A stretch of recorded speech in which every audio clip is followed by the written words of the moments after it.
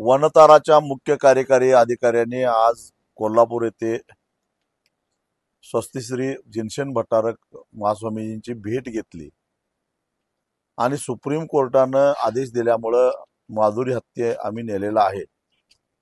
जनभावना लक्षात घेऊन माधुरी हत्ती जर का परत पाहिजे असेल तर आमची काही हरकत नाही अशा पद्धतीचा प्रस्ताव ठेवला।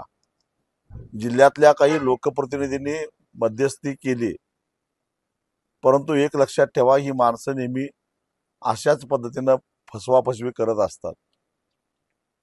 मुळामध्ये खोटं रेकॉर्ड करून,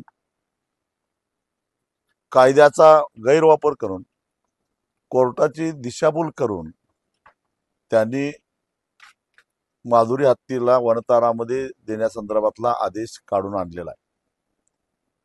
तेव्हा आता आंधळेपणानं विश्वास ठेवणं धोकादायक आहे। त्यामुळं उद्या दुपारपर्यंत वनतारा प्रशासनानं 4 दिवस माधुरी हत्तीनं काही खाल्लं पिलं नाही, तिला या ठिकाणी हवामान सूट होत नाही, तिची मानसिक स्थिती चांगली नाही, त्यामुळं तिच्या मूळ स्थानी म्हणजे नांदणी मठामध्ये सोडण्यास परवानगी द्यावी अशा अर्थाचा अर्ज हाय पॉवर कमिटीकडे दिला आणि त्यानंतर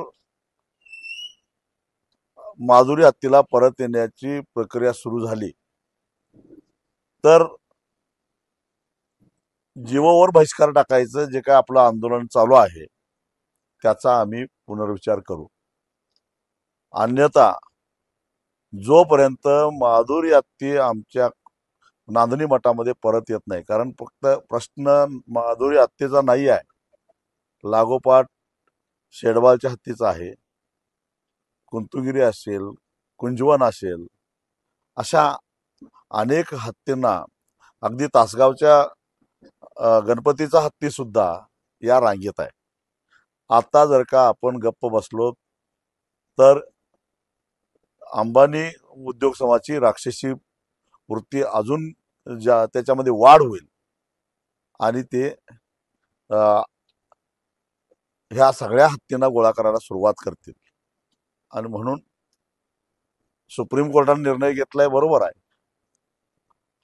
आम्ही सुप्रीम कोर्टाचा आदर करतो, पण सुप्रीम कोर्टामध्ये फाशीची शिक्षा दिलेल्या कैद्याला सुद्धा दयेचा अर्ज केल्यानंतर राष्ट्रपती माफी देतात। मग जर का आमची माधुरी हत्ती 4 दिवस तिथं उपाशी असेल, ती आजारी पडलेली असेल, तर भूतदया दाखवून महामहिम राष्ट्रपतींनी सुप्रीम कोर्टाचा आदेश बाजूला ठेवून नांदणीला माधुरी हत्तीला परत पाठवण्याचा निर्णय घेतला पाहिजे।